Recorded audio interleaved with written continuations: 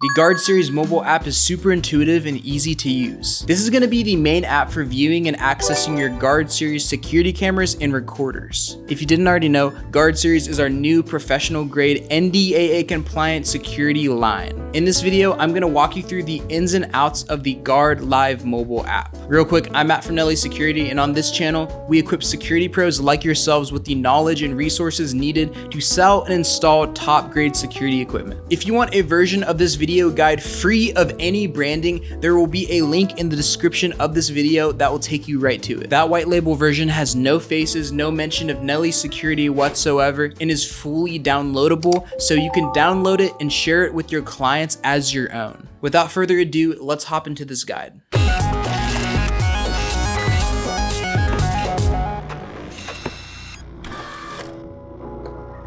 The Guard Live mobile app allows you to manage your security system remotely. Search Guard Live in the Google Play and App Store to find the app and download it. Once installed and opened, you will be prompted to log in or sign up.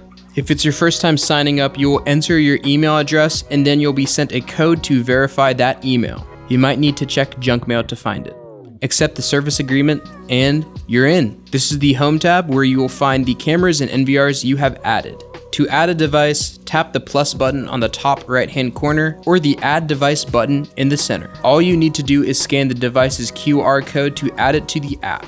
To add an NVR, there are 3 ways to do this. You can find the QR code on the NVR's onboard HDMI interface. To find it, go to System Settings, Network tab, and P2P. Or you can scan the QR code found on the bottom of the physical NVR itself. Or you can scan the QR code found on the NVR's web interface. That can be done by finding the IP address through the Guard Tools desktop application, or by finding it via the NVR's HDMI interface. Once you have the device's IP address, put it into a browser address bar on a computer. On the web interface now, you'll find the QR code if you go to Setup, Network, P2P. Make sure P2P is set to on.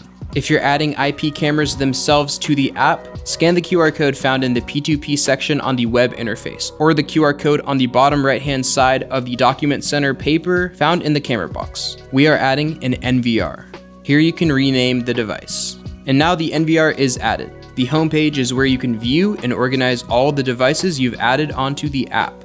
Let's go over some helpful tools found here. At the top right-hand corner next to the plus button is the search button. This is for if you have a lot of devices added and need a quick way to pull up a specific feed. The star icon brings you to the favorite device section. Also convenient if you have a lot of devices and want a quick way to view the ones you've favorited.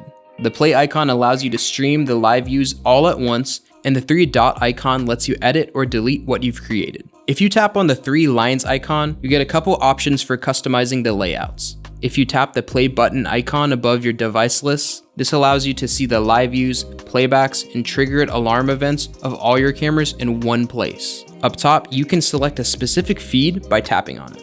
You can stop the selected feed by tapping the pause icon. Tap the sound icon to enable audio listening if the camera has a built-in mic. You can choose the amount of feeds that are shown, up to 16 at a time. Double tap on the camera feed to have it be the only one shown. Press down and hold your finger on the live feeds and swipe to view the other channels. Once a single feed is selected, you can now change the resolution quality being seen on the live view.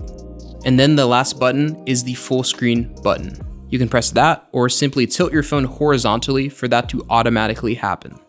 Also, for whatever camera feed you have selected, you can activate the deterrence lights and siren right from the live view. Tap the trigger alarm button. And to stop the alarm, tap the clear alarm button. If you tap the image button, you can rotate the image to your liking and adjust simple settings like brightness, sharpness, and things like that. You can simultaneously view multiple playback feeds at once. You can take a snapshot or recording from the playback, and then you can view the collections you've made, share them, and save them right to your phone's camera roll. At the bottom of this page, there are snapshot and record buttons for quick access. Helpful if you see something happening in real time on the live view and want to instantly save it to your phone. There's also this big mic button in the center. If your camera has two-way audio, you can use this to speak to people live from the camera using your phone. Moving on, let's return back to the home page. The shield button lets you quickly disarm your device with the touch of a button. When this is disabled, no sound or light linkage and alarm notifications. If we click directly on the NVR we added, we'll get more access to features and device settings. So from this page, you can view the list of cameras on your NVR. Tap this button to put them into grid form. There is a setting icon on the far right-hand corner.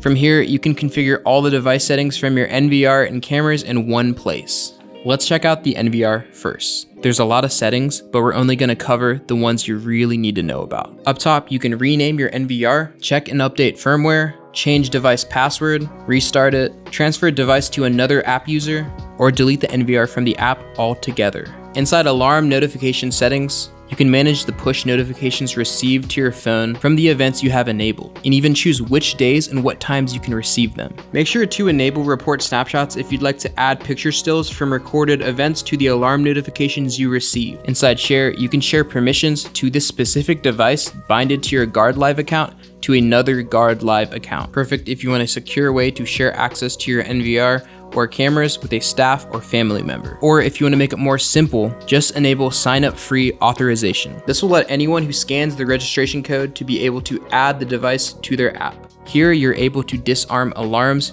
linked to trigger events. Inside storage, you can manage the recording schedules for the devices.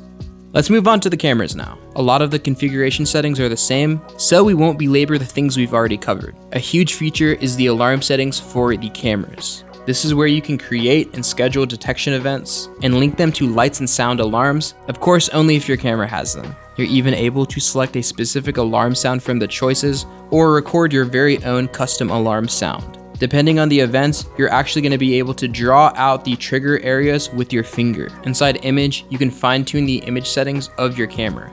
If your camera has multiple night modes, this is where you would set them. If you have a PTZ, this is the place where you can configure settings, presets, and patrols. And that's the settings. If we go back to the NVR page, you can tap on a camera, and now you are brought to a page where you are able to see the live view, playback, and trigger alerts of the cameras on the NVR. This is almost exactly like what we've already covered, but the important distinction is that you're only able to see the specific feeds from this one NVR, compared to being able to see all the feeds from the collective devices added to the app. Now returning to the homepage, that's pretty much all there is to show here. If you add more devices to the app, they will populate this page in list form. At the bottom of the screen, you can see a navigation bar. In Alarm, you can view all the trigger events from your devices in one place. You're able to filter specific devices and smart events from here. If you have a video doorbell added to the app, the call section is where you're able to keep track of incoming calls. The top right-hand corner is message settings, where you can manage push notifications. Moving on to the search section, this is another place where you can quickly filter through, monitor, and access smart events. In the Me section, you can edit your account settings, manage the users that your cameras and NVRs are being shared with, and view your photo and video recordings inside of an album. Another big feature in this section is Forgot Device Password. If you set up a device but forgot the password, you can scan a QR code to reset it. Note, this is not the normal QR code. This is a specific one generated after you hit the Forgot Password button on the NVR login. And that is the Guard Live app.